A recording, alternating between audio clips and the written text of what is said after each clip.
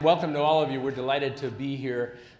As Jim mentioned, anytime you get a chance to spend some time and share some thoughts with the student athletes, the quality of which we have up here and which we see regularly throughout the NCAA, it's a great opportunity. We wanted to talk today about a number of issues.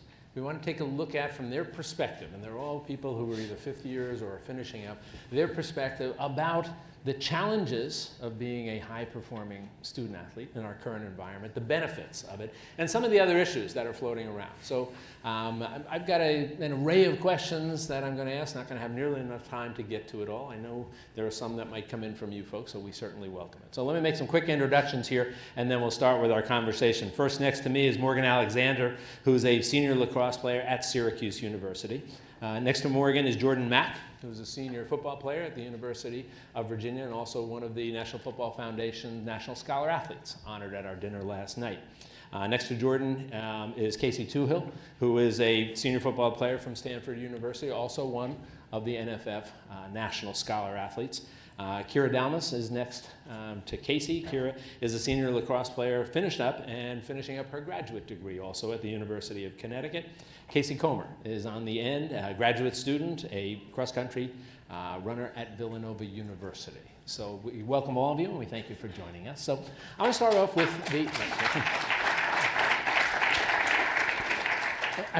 off with something that I always enjoy talking to student athletes about, and that is when you first showed up. You know, everybody has expectations. You've gone through a recruiting process. You've gone through your experiences as a high school student athlete, and all of a sudden you're in a very different environment. And in all of your instances, high-powered environments.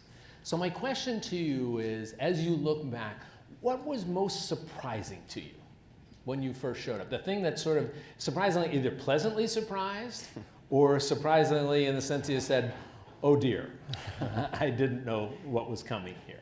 All right, Morgan, let me start with you. Definitely Syracuse is a very big campus, so I think stepping on, it was tough because I came from a small town. So trying to figure out how I was going to balance lacrosse on top of school was tough, and finding out my kind of niche, like what did I want to do with my career, etc. So for me at first it was tough, but as you get going with a great group of friends and teammates and coaches, they kind of help you so much in, you know, guiding you along the ways, team events, team activities. So I kind of fit in really well right away. Let me, Jordan and Casey, let me ask you both the same, because you both show up before the rest of the students show up. Yeah. You were there with football practice literally weeks before you started attending class. And Jordan, you first, then Casey. So when you showed up there and all of a sudden it was time to become a collegiate athlete, what surprised you most? The biggest surprise for me was definitely just how tough it was. I remember when I was getting recruited and I expressed my passion of wanting to play collegiate football, how my father and my brother and just other people told me, you know, it's going to be tough. Are you sure you want to do it? And like, oh yeah, you know, I'll be fine. And you know, so when I get there and I realize how hard it is, and I can remember vividly, like after my first workout at the University of Virginia, I called home. I called to my dad. I'm like, Dad, I'm not sure if I want to do this. I think we all made that phone call when you showed up within the first couple of weeks. Oh yeah, right? absolutely. Casey, how about you? Yeah, I mean, kind of piggybacking off what Jordan said, the schedule was really challenging for me at first because, I mean, I got there in the summer, just graduated high school, you know, senior year, time of your life, and then you go to college and it's real and there's a lot of urgency. And I remember, I think it was like my second week there, we had morning workouts, and one morning I woke up, I was feeling great. I was like feeling better than normal. I'm like, oh, I must have got some good sleep. And I look at my alarm clock, and our workout starts in like 5 minutes. And so I bike as fast as I can to the facilities, show up late. The strength coach like claps me onto the field and was like just being, you know, how strength coaches are, kind of rude, just talking some trash.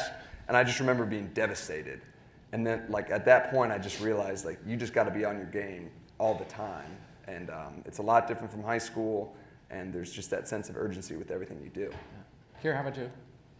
For me, coming to college, I think it was really nice to see how all the teams intermingled. And I think that was that was my favorite part, I think, coming into college and seeing how you know, it's not just your team, it's not just the lacrosse team, it's you're hanging out with the baseball team, you're hanging out with women's tennis. It's a really nice community and it's very interwoven. In case. I honestly think, sorry, that may be a little bit loud. It was the guys on the team that surprised me. Like, I went from leading a bunch of like 15, 16, 17-year-olds in high school, you know, the captain of the team, you know, you're the guy, to all of a sudden I show up to school and I meet Pat and Jordy, who are 2 seniors on the team, these Australian guys, big beards and stuff. I'm like, wow, these guys are men. Like, and I realized, like, you know, they flew all the way around the world to be part of this team. They both had aspirations to make the Olympics, and now, like, sitting here, they both competed at the Olympics and at the World Championships, and it's just, it took me back a little bit, like, all right, well, it's time to go start back at the beginning and work my way to the top.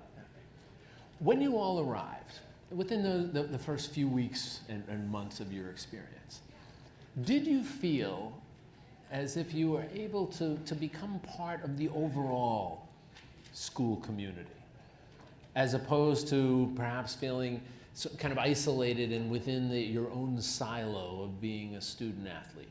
Casey, you first. So at first, I would definitely say it felt a little siloed, because when you're there in the summer, it's really just you and high school students that are doing camps. So it was really just the football team that I got to know. But as soon as school started, I think Stanford does a really good job of having us mingle with the non-student athletes at the university. And so my freshman roommate, and every athlete's freshman roommate is a non-athlete, and they do a really good job of that. So I mean, I got a new perspective. Why was that valuable for you? Just a new perspective from day one, different schedules, different attitudes about things. I mean, my freshman roommate and I could not have been more different, from more different backgrounds, but I mean, we're still great friends to this day. I actually planned to see him when I was in New York. It didn't work out, but yeah, so still great friends to this day, and it's just, you get a unique perspective on something that you may not have if you had a normal athlete. And I think just being able to, you know, constructively deal with differences and like issues with schedule and things like that, because I woke up early, he slept in, things like that, was just a really great learning experience for me. Casey, how about you? I actually had a question for Casey. Did that backfire on anybody? Like on your team? Like, did anyone have Oh, issues? all the time. It backfires all the time. I mean, you really, there's a rare case where it's like, oh, my roommate was fine. It's usually my roommate was great, or oh, it was terrible. So that it backfires all the time, but for me it worked out, so I was happy about that. How about you? Yeah, we didn't have that system. I mean, I was rooming with a teammate. We had other teammates across the hall, and I definitely felt like a little bit isolated at first, just because like you hear the noises in the hallway when you're trying to sleep, like the week leading up to a race. Like, you know, you're going to practice every day. You have other commitments that students don't have, and eventually you realize that there are other students that understand that you can be friends with, that you can be around, and they'll love you for who you are and like what your schedule is, and other students that just don't get it. Like, they'll go on living their lives and say, oh, why can't you come out with us this night, or like, why can't you come hang out today? And so you find your way around, and you'll never fit in with everybody, but you can fit in with some people. Maureen, how about you? I think I had a little bit different experience, because at Syracuse, every athlete has an apartment with a teammate your freshman year, so I kind of felt like I wasn't that close with other people. But I can say in my graduate program, I started at Newhouse over the summer, and that was basically, I was the only student athlete in Newhouse trying to do broadcasting. So I made friends with people that had a different, not passion for a sport, but passion for a career. So for me, that was so beneficial, because every day people would come in so passionate about becoming a sports broadcaster, whereas in the past, it was kind of like all we talked about was lacrosse. It was kind of a great experience for me so far, just to get away from that a little bit and, you know, kind of focus on my future, not on what I do for 10 hours a day. And also, like, in addition to that, I thought my best friends would only be my lacrosse teammates, but this whole semester I've been hanging out with my broadcasting friends like all day long, and like I was with them 2 days ago for all, you know, it's very interesting to me, and I'm very grateful for that experience. Do you find, and Kira, I'll ask you this first, do you find, or let's start at the beginning and see if it changed, but did you find that in some ways you were walking around with kind of a label on you that said athlete, and that perhaps the other students or even faculty might have looked at you differently? I would say for sure. Absolutely. My freshman year, we had to earn our locker room. So we didn't have any gear. We didn't have access to the locker room. So every day, you know, if you had an 8 a.m. class, we had 6 a.m. lift, everything. You left your room in the morning with every single thing you needed for the day. You needed a change of clothes, you needed your stick, and I think everything else that you needed, that went on for about 2.5, 3 months. So just starting at the beginning of freshman year, you're already labeling yourself as athlete and sticking out because, you know, I had a professor almost trip over my stick because it was sticking out in the aisle a little bit. But I think absolutely you do start with this initial label on you as athlete, and if you wear your big, we call them blueberries, but there are parkas. So they're these giant big blue jackets, you know. And so that label is stuck to you immediately, but I think it's more appreciative when you get to your junior, senior year, you start to realize that it's actually really nice to have that on you. Jordan, how about you? When you showed up, was that sort of athlete label, that football player, something that followed you? Absolutely. Just sorry, I'm not Kira. sure. Kira, what Kira said. What you wear. You know, it's, people can just see it in your stature, how you're walking around. You're bigger than, you know, the normal student, or the labels, the gear you have from the university that you're walking around. So it's very easy for people to say, oh, he's a student athlete. Also because you're hanging around with other athletes as well, and they're just put the pieces together. Other than recognizing you as such, you know, I know both of my children were Division I student athletes. Both daughter and son played lacrosse up at Yale, and they had all the gear. And I remember thinking to myself, I didn't have any of that stuff when I played. You know.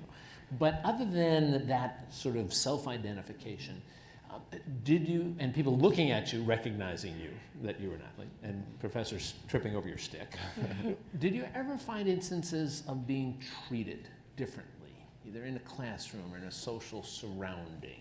Casey? A little bit. I mean, I've had a couple professors. I had a professor that played soccer at University of Virginia, and other professors who either played or were very familiar with certain sports. And sometimes it's good. Sometimes that means they give you the benefit of the doubt with certain things. Other times it's just pointing you out in class, like trying to make sure that you're on top of everything, because maybe they've had athletes in the past that weren't on top of everything. So in a helpful sense, or in a almost an accusatory sense? You're an athlete, you're probably not up to speed. It can be both. Like I think I took it in stride the times that it happened to me, so like I remember it fondly, but I'm sure that it happens both ways. Right. Have you guys seen it? Any experiences where you thought to yourself, you know what, why are you coming down on me? Is it because I've got my blueberry on, or I've got something that says Stanford football? Casey?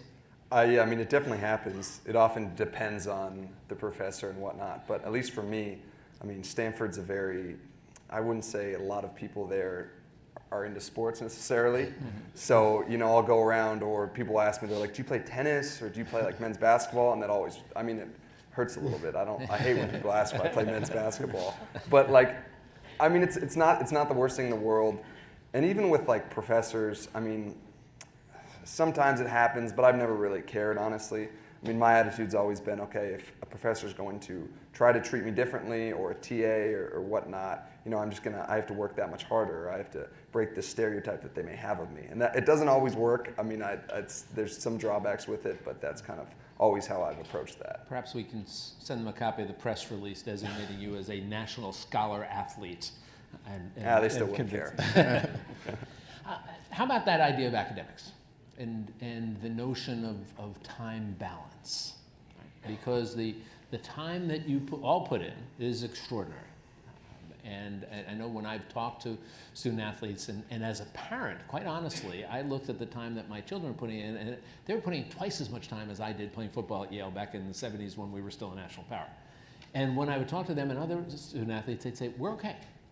That's, you know, we want to be as good as we can possibly be and everything. So how did you manage that coming into that? Morgan, you first. When you first realized, right now I'm a Division I athlete, and I'm also a student at a high level, prestigious Syracuse University. How am I going to balance this stuff? I think your academic coordinator does a great job of keeping you on a good schedule and making sure you're getting all of your work done. And I think especially in grad school, I don't have an hour of free time. And if I do, that's for like a meal. So now especially I make a list of, I have this time I have to wake up. And I've never had to do that before my undergrad. And now it's even more intense. And not even only just that, making sure your grades are good. It's one thing to turn in the work, but the quality of work obviously matters. So I think for me personally, getting tutors, getting help when you need it, and recognizing that's what sets you apart, and not getting behind in your work. And like I said, the academic coordinators, they do a great job being like, hey, you're slacking in this, or hey, this is due. And that's really helpful because sometimes you just plain forget about things and you don't even mean to. And so that for me was so helpful when I came in as a freshman, and I'm still using those facilities and people as a fifth year. So that's great for me. What do you guys, Jordan? What really helped me is my freshman year, I literally, at the beginning of every single week, I physically sit down, print out a schedule, and literally write out each and every single hour of my day, whether I'm eating, sleeping, doing this homework, just making time where I can actually focus on my academics, but also take that mental break and get away from the game and from sports and just relax. And I feel like that's just the biggest part. So just physically writing out what I'm going to do and holding myself accountable to that time slots that I printed out and wrote earlier in the week. Any of you ever basically hit a wall? Where you said to yourself, I can't do this. There's just no way I can get this all done at the level that I wanted to do. Casey, you're shaking your head yes. Yeah, I mean, honestly, yesterday I was working on a really difficult programming final. I just needed to get away from it. So I'm actually happy to be in New York and be away from the assignment for a while. And then hopefully I'll have a fresh perspective when I get back. But honestly, I think that practice was good for me in a sense. It forced me to get away from academics sometimes. I think now we're in between seasons, in between cross country and track. I kind of find myself getting lost sometimes in trying to throw myself in my work too hard, or trying to do this or that, and just driving myself crazy because I just don't have a break that I have to take in the middle of the day to go do something. Kara, how about you? It definitely comes down to a lot of planning. My mom has heard a few of my little mental breakdown calls, crying, I don't know what I can do. So, I'm very appreciative of her being able to help me write myself. But, it was very stressful, especially undergrad. I did my undergrad in 3 years, and I wrote a 99-page thesis while I was in season. And that was a lot to handle all at once. And then I just finished grad school yesterday. So I was counting down the hours from about Friday afternoon until I got out of my final yesterday. So it's very stressful. We deal with a lot. Being able to have somebody to bounce it off of, I use my mom and my family, my best friends, but being able to bounce your health off of somebody else and trying to have them help ease you through things, I think that's really helpful. Do you find that too. your coaches get it? I mean, you're all, you're graduate students here. 3 of you are graduate students. You guys are, still playing. All of you are from prestigious universities and institutions where there are significant academic demands, as there should be. Do you find that your coaches get it? Get the sometimes the turmoil that you find yourselves in, and understand how you're trying to excel at everything, which is the hallmark, quite honestly, of student athletes, NCAA student athletes. But do you find that your coaches get it, Jordan? Yeah, absolutely. At the University of Virginia, Coach Mendenhall always preaches the principle of and that's being an exceptional student and athlete. So he definitely gets it from the standpoint of he knows that we want to be more than just football players, and he just uses the sport of football to help us to teach the game of life and how we can change the world by applying the things we learned through our sports and life. Have any of you had experiences where you basically felt, I got to explain to the coach that I'm also a student here? Or have you found that there's that recognition, that indeed that embracing of the notion of the and part, student and athlete? Anybody ever hit a significant problem? All right, well that's good to hear. You're still shaking your head a little bit, Case? Our sport, being a distance runner, stress is so, it really hurts you as a distance runner to be stressed, just because you're trying to get your body to perform at its highest level, just by definition, like you're racing, like you're trying to run as fast as you can, like it's actually more beneficial to back off and say like, all right, if you need to take a break, miss practice today, or like go run on your own, that's okay. It actually may make you better than trying to force everything in, and backing off instead could be beneficial to you. I want to get, when we get to the end, I want to ask you about your thoughts about changes that you think would be beneficial within the system. But I do want to ask your thoughts on issues that are out there and in many instances have sort of taken over the landscape of collegiate athletics. Because we don't get to hear often the thoughts and perspectives on the student athletes about issues that impact the student athletes.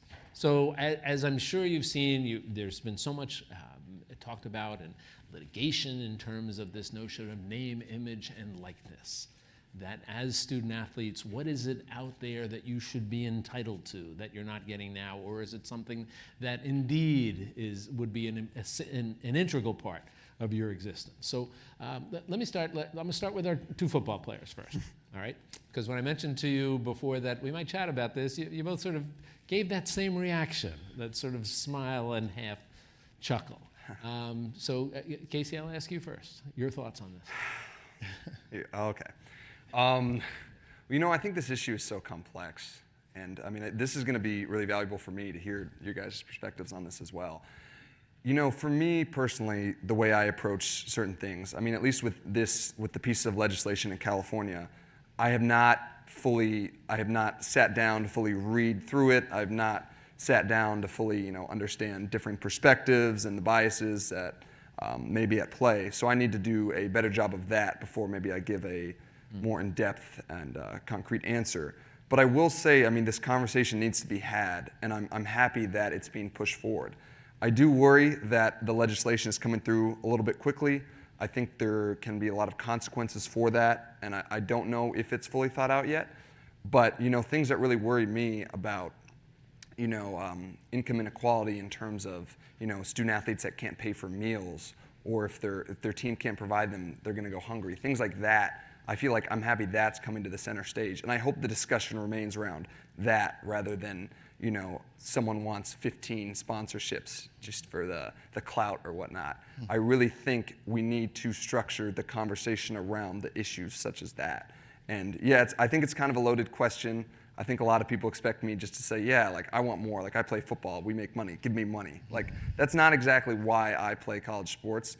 But it's a conversation that needs to be had, and I look forward to hearing from everyone else on this panel. Jordan, how about you? Same thing what Casey just said. I need to look into it a little bit further, but a conversation I just had with my athletic director about this issue is it'll be interesting to see student athletes benefit and get paid off their likeness in terms of how other students are able to. So, maybe a fee for a lesson or having their own YouTube channels or just things like what normal students can do, the basis of that. I feel like it would be a good idea to, as students to benefit off of that. But in terms of, it's a very complex issue that there's a lot of setbacks and drawbacks that could, whatever path you take. So it's a very interesting issue that I personally would like to learn more about and interested to see where it goes, but from my standpoint, just students being able to earn a wage off of what normal students at a university can do. Can I ask the two of you, and then I'm going to come to the other members of the panel, but is it something that's talked about often in your locker room or when you're gathering after practice or socially? Is it something that is high on the list of conversational priorities, Casey? I mean, not really for us. I mean, I think the bill in California goes into play in 2023, if I'm correct. I'm not exactly sure, so don't quote me on that. But it's not really relevant to at least my experience. It's not going to be relevant to a lot of my teammates. So I think it's the overall conversation kind of about maybe receiving a portion of what we believe we generate in terms of revenue for the NCAA or Pac-12 or whatnot. That comes up for sure. But I mean, I think it's the media and the outside world makes a bigger deal about this conversation than a lot of us have. So I mean, I can't remember the last time I've talked with any teammates about this. Morgan, how about you? From your perspective, as a female student athlete, not in one of the major revenue sports, football or basketball, how about your thoughts on this? Well, obviously for me, I mean, I play women's lacrosse, so I mean, the only, like, little girls might think, oh, she's so great, but no one's trying to buy my jersey. You know, like, it's just the moral of the story. Like, they might want an autograph here and there, but I'm not, like, gonna be like, here, give me $5. Like, you know, that's just not how it is. And I think, for me personally, being a huge football fan, I think what the greatest things about college football is almost the authenticity of it. You watch the NFL all the time, and these guys are leaving for here, and each team for money, like halfway through the season. You'll be like, wait, wasn't that person just playing for the Giants last week? And that's just so tough. And I think one of the greatest things about college is, like, everyone used to admire Tim Tebow for his passion, and he had one of the highest paid jerseys. You know, so many people are buying his jersey, and he didn't make $1 off that. And he prides himself in, like, I was, you know, all for Florida, you know, Florida Gators, and, you know, the success of this program. And I think there's pros and cons to both sides of it, obviously, but I think, you know, not paying college athletes kind of brings a sense of authenticity and pride to your university that I think might go away if you know, change that, kind of like the NFL. But I see both sides to it, definitely, but as a women's lacrosse player, I don't think it really affects me too much personally, so. As also a women's lacrosse player, Kira? So before I share my personal opinion, I do sit on the National Division I Student Athlete Advisory Committee. And when the name, image, likeness discussion started about a month and a half ago, we published an op-ed, which can be found on our Division I SAC social media, so Twitter, Instagram, it's all on there. But in my personal opinion, I think that there's a lot of moving pieces to it.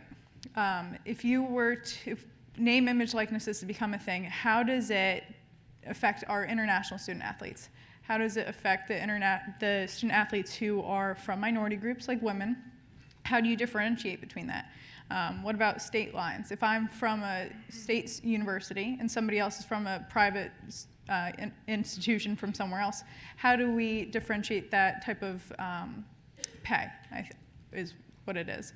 But I think another part is that, and what's mostly the thing about us being in college, is how do you educate the people that it's going to impact? So there's no real financial literacy component in a lot of institutions. So I think that actually name, image, likeness opens up that opportunity for a lot of places. And so I know a student athlete who actually started his own company before he got to college. And since coming to college, he's had to remove his name from his own company, which has been very successful because of the compliance issues that would be present. So I think that name, image, likeness actually opens up a lot of opportunities for student athletes who, you know, maybe it's not so much that their jerseys are selling out, but it's more that they want to have a public image on Instagram or be a social influencer in some type of way. Mm-hmm. Casey, your thought? Yeah, I mean, I also had a conversation with my athletic director recently because I figured it would be coming up here. So I really think that I started to understand, talking to him, that trying to balance the needs of the student athletes with the needs of the institutions. And the reality is, like, football and basketball carry a lot of athletic programs. Like, they really do. And without them, like, a lot of our sports wouldn't exist. Like, they would not be able to be functional. And so there are a lot of cases where, like, the current rules are unfair, and I'm happy that NCAA is trying to take steps to remedy that. But I also understand that if we just reverted to, like, a free market, essentially, then, like, institutions, like, as we know it, would start to break down, athletic institutions, because they can't hold up all the sports that they're supporting without the way things are. So it's going to have to be a transition. They're going to have to be very creative in finding ways to support student athletes, particularly the ones that need to be supported, while also trying to hold together these opportunities like scholarships for a lot of people that need them in other sports. Do you, I'll ask the same question of the three of you that I asked of our football players. Do you talk about it? Is this something that's a conversation piece for you that pops up either in your locker rooms or in your conversations with other student athletes? But it's easier to talk about it when you're not one of the ones affected by it. Like, if I was somebody who was helping my school make a lot of money and I was struggling, my perspective would be very, very different than it is right now. Somebody who's benefiting actually from student athletes not being paid in reality. You're shaking your head yes. Yeah, I agree. I don't think it really comes up in our locker room very often unless you're like very into like basketball and football and just like the controversy between it. But no, for us, not really. No one really talks about it. I want to ask you a question that popped up on the pad here that was submitted by somebody that's for the graduate students here. And the question was an interesting one. Did being an athlete, do you believe, help you on that path, especially with the speed that you travel? I know you said 3 years, Kira, for you. So I guess it's you're asking, if you took away the fact that you were an athlete during these years of college, do you think you would have accomplished as much academically as you have? Start with you. You're in graduate school. You are. Talk about it. So yeah, because for me, I blew out my knee 4 times, so I was given the opportunity to have a 5th and 6th year. So that kind of opened. I probably would have gone to grad school either way, but I think it was more like, oh, well, now I can play lacrosse too, so that's a bonus. And how hard I had to work to rehab myself in those 3 years that I didn't play one game, I think made me focus on my degree. And I was like, I want to be a sideline reporter. How can I do that? And I was like, I'll work hard to get in a new house. And so like working hard, not only just in the sport, but in things like rehab and all of that, that helped me get to my 5th year and being able to do what I wanted to do right now. Kira, how about you? I do think that if I hadn't been a student athlete, I probably would not have gone to grad school, being so far away from home.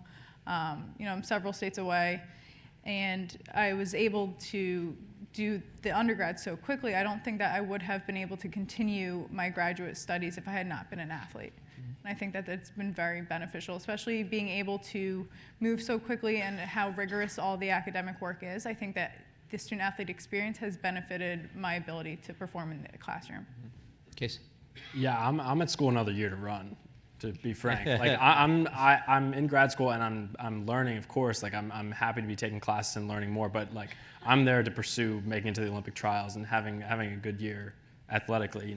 I think this is the time in my life when I have the freedom to do things like that. Take a year and just pursue what I want to do, and not have to worry about getting a job yet. Luckily, because I'm in a fortunate position. But in terms of getting into grad school, like I think at a smaller school, it's easier to like stay on a certain path. I think if I was at a larger school, it would have been more like difficult if I wasn't a student athlete. But I think that was fine for me. As you all look back on your experiences here, obviously with the clarity and the perspective that we get looking backwards, were there expectations that you had coming into school that you look back and say, just that they, for whatever reason, weren't fulfilled? Something either academically or athletically or socially that you thought would be part of your experience as a student athlete that, for whatever reason, didn't happen? Anything? I think the fact that you're all hesitating is probably a good sign that you got weird. So let me ask the question a different way then. If indeed you had the opportunity to say, I am going to change this, and it's going to change either within your program, within your school, within a more global look, within the NCAA, things that somebody said to you, what can be made better? What could be changed in some fashion? Maybe better isn't the end of it, but at least change would be the end. Right? What would you point to? Kira, I'll ask you first. What would you point to? Just one thing? As many as you'd like. We have all of 7 minutes and 36 seconds here. So I would start with, so now that I'm retired, what I've been doing for the last few months is that I work in the Office for Student Athlete Development. And what we do is we try to give the student athletes the holistic experience. So that's working with professional development, building resumes, getting them ready for interviews, and other things outside of the classroom. So in that, because of my work there, I've been able to see how much the student athlete development people work with the athletes and how much time that they put into everything, as well as the athletic advisors. So my first thing would be that I think that they deserve better pay than what they get. I think that how much time and effort they put into all their student athletes is very valuable, and I don't see it necessarily reciprocated all the time. I actually wrote a list of things. speaking on the financial literacy, I think that having financial literacy, professional development, family consumer sciences types of classes, I think that would be really beneficial for a lot of our student athletes, especially because some of them don't have the time to have a job where they could learn these types of qualities outside of the student athlete experience. Another thing on my mind is that last year the NCAA passed this mental health, that it's all these institutions can now have mental health resources. Well, what's our bare minimum, and what is our optimal goal to get there? How can we better help our student athletes in their experience? You know, we have 2 mental health specialists at UConn, but that's for 700 potential student athletes.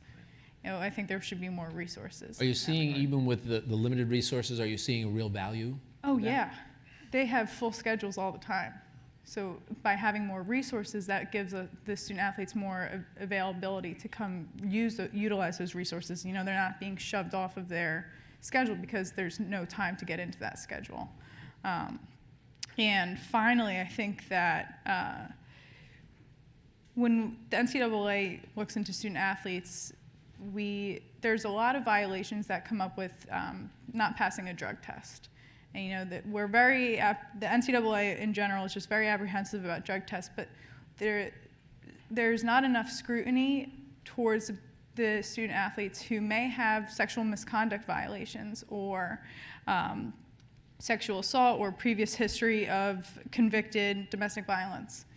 There's no reparations for that, but there is for failing a drug test. So you're looking for a balance.